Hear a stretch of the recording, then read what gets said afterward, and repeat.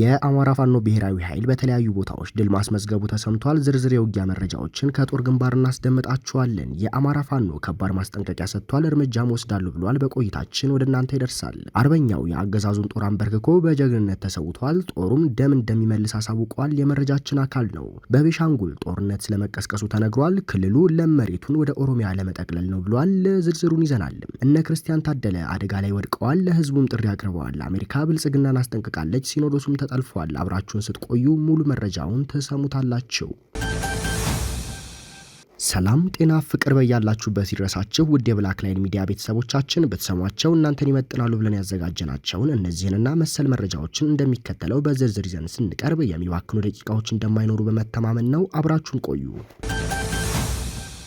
የአማራ ፋኖ ብሔራዊ ኃይል በጎንደር ድል ማስመዝገቡ ተሰምቷል። አገዛዙ መጠነ ሰፊ ጥቃት ለማድረግ ከብዙ አቅጣጫ ወራሪ ሰራዊት ያሰማራበት ቀጠና የአርማጭሆ፣ ጠገዴ፣ ዳባት፣ ወገራ፣ አጀሬ ጃኑራ፣ ጥራ እና ብስኒናት ዛሪም አቅጣጫዎችን ዝግ የአራት ማዕዘን ስልት ቀይሶ ተንቀሳቅሶ እንደነበር ታውቋል። ከምዕራብ ወደ ምስራቅ ከአርማጭሆ ወደ ጃኑራ፣ ከሰሜን ምዕራብ ወደ ምስራቅ ከጠገዴ አጀሬ፣ ከምስራቅ ወደ ምዕራብ ከዳባት ከተማ አጀሬ ከተማ አቅጣጫ፣ ከምስራቅ ሰሜን አቅጣጫ ከደባርቅ ዛሪማ፣ ከምስራቅ ምዕራባዊ አቅጣጫ መነሻውን ደባር አድርጎ ጥራንና ብስኒት አቅጣጫ አገዛዙ ያለ የሌለ ኃይሉን አሰባስቦ የአይደፈሪዎችን ጎራ ለመርገጥ መንቀሳቀሱ ተነግሯል።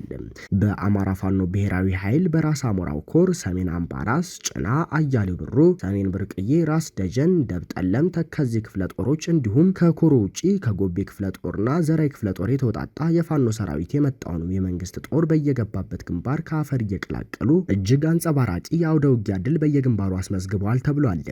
ሌላኛው የውጊያ አቅጣጫም ሁለት የወረዳ ከተሞችን ማለትም የአምባ ጊዮርጊስና የዳባት ከተሞችን በብርሃን ፍጥነት በመቆጣጠር ለወገን ኃይል የውጊያ ድጋፍ አቅጣጫ ማስፋት የቻለው ግዙፉ የጎንደር የበጋሻው ክፍለ ጦር አሃድ አካል ብርጌዶችና ሻለቆች መሆናቸው ተነግሯል። በቀጠናው ወጥመድ ከበባ ስር የገባው የአገዛዙ ዙፋን ጠባቂ ወንጀለኛ ታጣቂ ፈርጥጦ እንዳይወጣ ከቆላ እስከ ደጋ ያሉ መሬቶች በወገን ተዘግተው ጠላት የእቶን እሳት እየለበለበው ይገኛል። ቁጥሩ የበዛ ጠላት ሙት ቁስለኛና ምርኮ እየሆነ ይገኛል ብሏል የቀጠናው ፋኖ ቃል አቀባይ አርበኛ ዮሐንስ ንጉሱ። የአማራ ፋኖ ብሔራዊ ኃይል ተከዚ ክፍለ ጦር አካል ብርጌድም ጠላትን ሙትና ቁስለኛ አድርጎታል። የጎንደር የበጋሻው ክፍለ ጦር ጎንደር ብርጌድ በማክሰኝት አቅራቢያ ድንዛዝ የተሰኘ ቦታ ለ3 ሰዓት ውጊያ ከአገዛዙ ሰራዊት ጋር ማድረጉን አርበኛ ዮሐንስ ንጉሱ ገልጿል። የአማራ ፋኖ ብሔራዊ ኃይል በወሎ ንጉስ ሚካኤል ኮር አማራ ሳይንት መቅደላ ክፍለ ጦር የአትሮንስ ብርጌድ ሼህ ሁሴን ጅብሪል ብርጌድ ከወራሪው ጠላት ጋር በመፋለም ድል መጎናጸፋቸው ተሰምቷል። በመሃል ሳይንት ወረዳ በቆተት ከተማ የብአዴን ግልገሎች ስብሰባ ላይ በነበሩበት ሰዓት ተወርዋሪዎቹ የአትሮንስ ብርጌድ አባላት በአጎብዳጆቹና በባንዳዎቹ ላይ ጉዳት አድርሰዋል።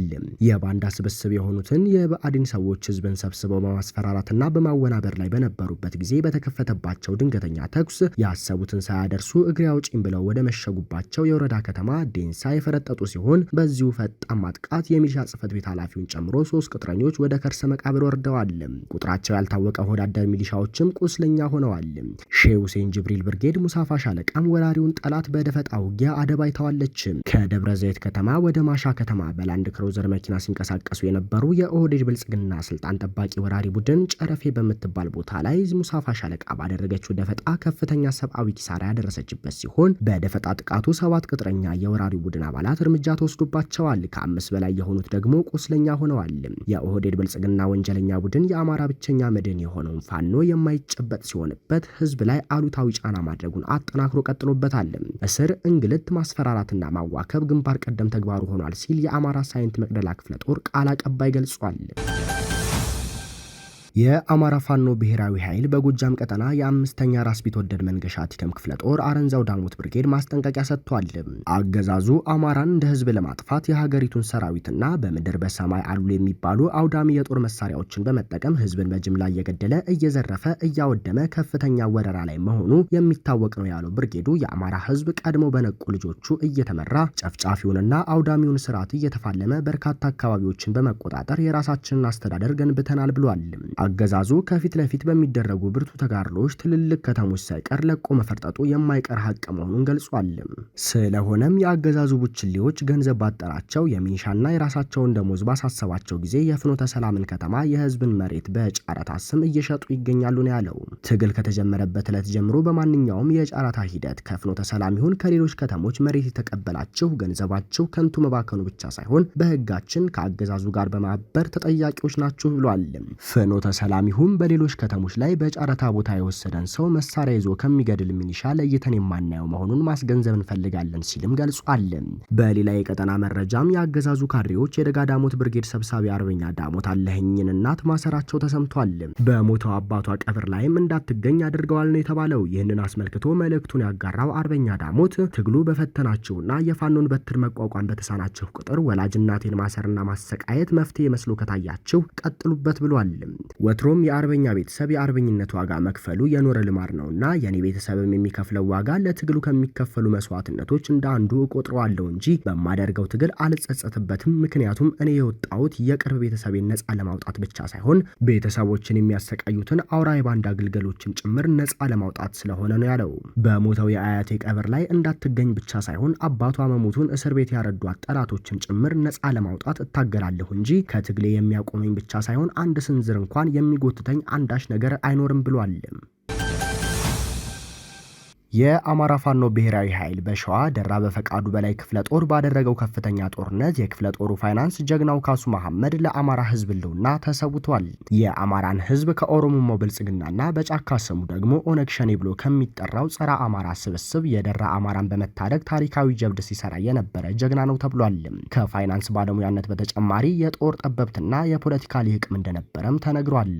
የተፈናቀሉትን የደራ አማራዎችን ወደ ቀያቸው እንዲመለሱ ሸኔ ዘርፍ የወሰደ ባቸውን የአማራ ህዝብ ንብረቶችን በማስመለስና ህዝቡን በማደራጀት ግዙፍ ስራዎችን ሲሰራ የቆየ ጀግና ታጋይ ነው። ወደ ጫካነት የተቀየሩትን ባድማዎች ወደ ነበሩበት ቀይነት እንዲቀየሩ ያደረገ የደራ አማራን ከሸኔ ከኦሮሚያ ልዩ ኃይል ከኦሮሚያ ሚኒሻና ራሱን መከላከያ ብሎ ከሚጠራው የኦሮሞ ብልጽግና ጠባቂና ፕሮጀክት አስፈጻሚ ጋር በመፋለም ጠላቶቹን በጀግንነት ተሰውቷል። ለህዝቤ እንኳን አንዴ በተደጋጋሚ እሰዋለሁ ብሎ ቃልን በተግባር የፈጸመ ጀግና እንደሆነ ተነግሯል። የአማራ ትግል እልፍ አላፍ ጀግኖችን ያፈራ ሲሆን ከነኚህም አንዱ አርበኛ ካሱ መሐመድ ነው። ጀግናው ካሱ መሐመድ በሚሰራው ስራ እጅግ ታማኝ ቅንና ፈጽሞ ድርጅቱን አስቀድሞ የሚሰራ ጀግና ታጋይ ነበር ተብሏል። ካሱ ከፋይናንስ በተጨማሪ ጦሩን በመምራት እጅግ የሚገርም የሚያስደምም ሸማቂ ተዋጊ እንደነበረም ተገልጿል። ክፍለ ጦሩ የጀግናው መስዋዕትነት አንገቱን ሳያስደፋው በጀግንነት ደሙን እንደሚመልስ አሳውቋል። የህሊና እስረኞች በቅሊንጦ እስር ቤት ውስጥ የተደቀነብንን አደጋ መላው ህዝባችን እንዲያውቅልን እንፈልጋለን አሉ። በቅሊንጦ የፌዴራል እስር ቤት የሚገኙ የአማራ የህሊና የፖለቲካ እስረኞች በከፍተኛ ችግር ውስጥ እንደሚገኙ አሳውቀዋል። የማረሚያ ቤቱ ከሚፈጽምባቸው በርካታና የተለመዱ አስተዳደራዊ፣ አካላዊና ስነ ልቦናዊ ጥቃት በተጨማሪ የፌዴራል ፖሊስ ኮማንዶ፣ የአዲስ አበባ ልዩ ኃይል፣ የመከላከያ ኮማንዶ፣ የፌዴራል ፖሊስ የወንጀል ምርመራና አቃቢ ህግ ጋር በመቀናጀት ተከታታይ የህልውና ስጋት የሚደቅኑ ግፎችና የሰብአዊ መብት ጥሰቶች እየፈጸሙባቸው መሆኑን ጠቅሰዋል። በትላንትናው ዕለት የፌዴራልና የመከላከያ ኮማንዶ ወታደሮች ከማረሚያ ቤቱ ፖሊስ ጋር በመቀናጀት ከሌሊቱ 10 ሰዓት ላይ ዞን 5 ተብሎ በሚጠራውና እነ አቶ ዮሐንስ ቧያሌው፣ ክርስቲያን ታደለ፣ አብዱራህማን አሊ፣ ዶክተር ሲሳያው ግቸውና ሌሎችም የአማራና የፖለቲካ የህሊና እስረኞች የሚገኙበትን ዞን በመውረር እስረኞችን በብርድ ከዞን ቅጥር ውጪ በማስወጣት አካላዊ ጥቃት በማድረስና በማንገላታት ከፍተኛ ግፍ ፈጽመዋል። በህዝባችን ላይ የሚፈጸመው ስርዓታዊ ጥቃትና የህልውና አደጋ መቆም አለበት ብለን በመታገላችን ምክንያት እስከ 2 ዓመት ድረስ ያለምንም ፍትህ ከሰመራና አዋሽ አርባ ማሰቃያ ካምፖች ሜክሲኮ ከሚገኘው የፌዴራል ፖሊስ ወንጀል ምርመራ በገላንና ማዕከላዊ ማጎሪያዎች ከተፈጸመብን የግፍ መዓት ተርፈን እስካሁን ሰዓት ድረስ በፍትህ ማጣት እየተሰቃየ እንደምንገኝ ይታወቃል ብለዋል። በአሁኑ ሰዓት በብልጽግና ስርዓት ተስፋ የቆረጠ አካሄድ ምክንያት በቂሊንጦ የምንገኝ የአማራ የህሊናና የፖለቲካ እስረኞች የህልውና አደጋ እንደተደቀነብንና በማናቸውም ሰዓት ወደ ክፉ የማሰቃያ ስፍራዎች ድጋሚ ልንጋዝና በህይወታችን ላይ አደጋ የሚጥል ጥቃት ሊፈጸምብን እንደሚችል መላው ህዝባችን እንዲያውቅልን እንሻለንም ነው ያሉት። በቤሻንጉል ጉሙዝ ክልል በካማሺ ዞን ምዥጋ ወረዳ የኦነግ ሸኔ ኃይሎች በከፈቱት ጥቃት ህጻናትና አቅመ ደካሞችን ጨምሮ በርካታ ንጹሐን ወገኖች ስለመገደላቸው ምንጮች ተናግረዋል። ጥቃቱ የተከፈተው ከግንቦት 13 2017 ዓ.ም ጀምሮ ሲሆን እስካሁን እንዳልቆመና ለአካባቢው ህዝብ የደረሰ አካል እንደሌለ ተነግሯል። በአካባቢው ካለፉት 2 ቀናት ጀምሮ የኔትወርክና የትራንስፖርት አገልግሎት ተቋርጧል የሚሉት የመረጃ ምንጮች ከገዢው ቡድን ጋር በመተባበር ታቅዶበት የተከፈተ ጥቃት ነው ብለዋል። በርካቶች ህይወታቸውን ለማትረፍ እየሸሹ ቢሆንም ወደ ሌሎች አጎራባች ዞኖች እንዳይገቡ የክልሉ አድማ ብተና አባላት አግደዋል ነው የተባለው። በጥቃቱ ከተገደሉት መካከል ከፍተኛውን ቁጥር የሚይዙት ህጻናትና አቅመ ደካሞች ናቸው ሲሉም የመረጃ ምንጮቻችን ገልጸዋል። በተጨማሪም በርካታ መኖሪያ ቤቶች በእሳት መውደማቸው ሲገለጽ የነዋሪዎቹ የቀንድ ከብቶችን በታጣቂዎች ተዘርፈዋል ተብሏል። የተገደሉት ሰዎች ብዛት 17 እንደሆነና ከሟቾች መካከል 12ቱ ህጻናት እንደሆኑ የቤሻንጉል ጉሙዝ ክልል ምክር ቤት አባል አረጋግጠዋል። የቤሻንጉል ጉሙዝ ክልል ምክር ቤት አባልና የታላቁ ህዳሴ ግድብ ማስተባበሪያ ዳይሬክተር አቶ ለሚሳኔ ነው ትክክል ነው፣ ንጹሃን ሰዎች ላይ ያነጣጠረ ግድያ ነው የተፈጸመው የሚል ምላሽ ሰጥተዋል። ቡድኑ በተለያዩ ጊዜያቶች ጥቃት ሰንዝሯል። እስካሁን በተፈጸሙ 3 ጥቃቶች 27 ሰዎች ናቸው የተገደሉት ብለዋል። ጥቃቱ ከኦሮሚያ ክልል በ2 ኪሎ ሜትር ርቀት ላይ መሆኑንም ታውቋል። ከሚያዝያ ወዲህ ብቻ ለ3ኛ ጊዜ የተፈጸመ እንደሆነም ተነግሯል። ቦታው ለም መሬት ስለሆነ ዓላማው ያንን ወደ ኦሮሚያ ለመውሰድ ነው ሲሉ የምክር ቤት አባሉ ገልጸዋል። አሜሪካ የኢትዮጵያ መንግስት በዜጎቹ ላይ የሚያካሂደውን የድሮን ጥቃት በአስቸኳይ እንዲያቆም ጠየቀች። በኢትዮጵያ የአሜሪካን አምባሳደር ኤርቪን ማሲንጋ ዛሬ ባስተላለፉት መልእክት የፌዴራል መንግስት በዜጎቹ ላይ የሚፈጽመውን የድሮን ጥቃት በአስቸኳይ እንዲያቆም ጠይቀዋል። በሀገሪቱ ላሉ ችግሮችም መፍትሄ ያብጅ ብለዋል። አምባሳደሩ በመልእክታቸው ኢትዮጵያ ተጨማሪ የግጭት ዓመት እያሳለፈች መሆኗን በማስታወስ ግጭቶቹ በሁሉም ኢትዮጵያውያን ላይ የሚያሳድረውን ተጽዕኖ ማሰላሰል ወሳኝ ነው ብለዋል።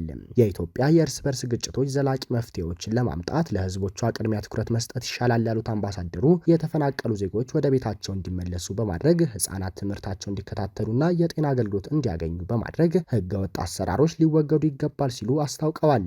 ሰላምና መረጋጋትን ለማስፈን መጣር ያለብን ጊዜ አሁን ነው ሲሉ መልእክታቸውን ቋጭተዋል። የብልጽግናው አገዛዝ በመጨረሻም የኢትዮጵያ ኦርቶዶክስ ተዋሕዶ ቤተክርስቲያንን ወደ ኦነጋዊ ዓላማው መጥለፉ ተረጋግጧል። የእስልምና ጉዳዮች ጠቅላይ ምክር ቤትን በመጥለፍ በኦነግ የተቃኙ ሰዎችን በመመደብ የነበረው ተጽዕኖ ወደ ምንምነት ቀይሮታል። የእነ ተቀዳሚ ሙፍቲ ሀጂ ዑመር እንድሪስ መጅሊስ እንዲወገድ የተደረገው ከህግና ስርዓት ውጭ ለፖለቲካዊ ዓላማ ነበርም። ቅዱስ ሲኖዶስንም ለመጥለፍ ተደጋጋሚ ሙከራ ተደረጉ። በአማኞችና በመሪዎች ጥረት እስካሁን ሳይሳካ ቀርቷል። አብይ አህመድ እጁን ወደ ሲኖዶሱ ለማስገባት አቅም ሲያንሰው አኩራፊ ጳጳሳትን በመፍጠርና ከደህንነት ተቋሙ ጋር በመቀናጀት የመገንጠል ስራ ውስጥ እንዲገቡ አድርጓል። ሲኖዶሱን በአንድነት ለመቀጠል ሲባል ከቀኖናና ዶግማ ውጪ ለኦሮሞ ተወላጆች ፖለቲካዊ በሆነ መንገድ የጳጳስነት ሹመት በመስጠት ተመልሰው እንዲቀላቀሉ አድርጓል። እነዚህ ጳጳሳት ባለፉት ጊዜያት የኦሮሞማ ፕሮጀክት በሲኖዶስ ውስጥ እንዴት እንደሚተገበር ከፖለቲከኞች ጋር እየተማከሩ ሲሰሩ ቆይተዋል። ጉባኤውን የማዘጋጀትና የአጀንዳ መራጭነት ድርሻ በመውሰድ የተመኙትን የመጀመሪያ ስልጣን ተቆጣጥረዋል። ኦሮሞነት ይበልጥብኛል ብለው የተገንጣይ ሲኖዶሱ መሪ የነበሩት ብፁዕ አቡነ ሳዊሮስ ሲኖዶሱ እንዳይገነጠል የሞገቱትን ብፁዕ አቡነ አብርሃምን በመተካት የመንበረ ፓትርያርክ ጠቅላይ ቤተ ክህነት ጽሕፈት ቤት ዋና ስራ አስኪያጅ ሆነዋል። ሌላኛው ሲኖዶሱ በአንድነቱ እንዲቀጥል የደከሙትና በኋላም በአገዛዙ ወደ ሀገር ቤት እንዳይገቡ ታግደው የከረሙት ዋና ጸሐፊው ብፁዕ አቡነ ጴጥሮስም በብፁዕ አቡነ ዲዮስቆሪዎስ ተተክተዋል። የአገዛዙ ቀጣይ እቅድ ቅዱስ ፓትርያርኩን አቡነ ማትያስን በማስወገድ በአቡነ ሳዊሮስ መተካት ነው ተብሏል። ውድ የብላክ ላይን ሚዲያ ቤተሰቦቻችን ለዛሬ የነበሩን መረጃዎች ይህንን ይመስሉ ነበር። ሌሎች ወቅታዊና ፈጣን መረጃዎችን ለማግኘት ሰብስክራይብ በማድረግ ቤተሰብ ይሁኑ። ሰናይ ጊዜ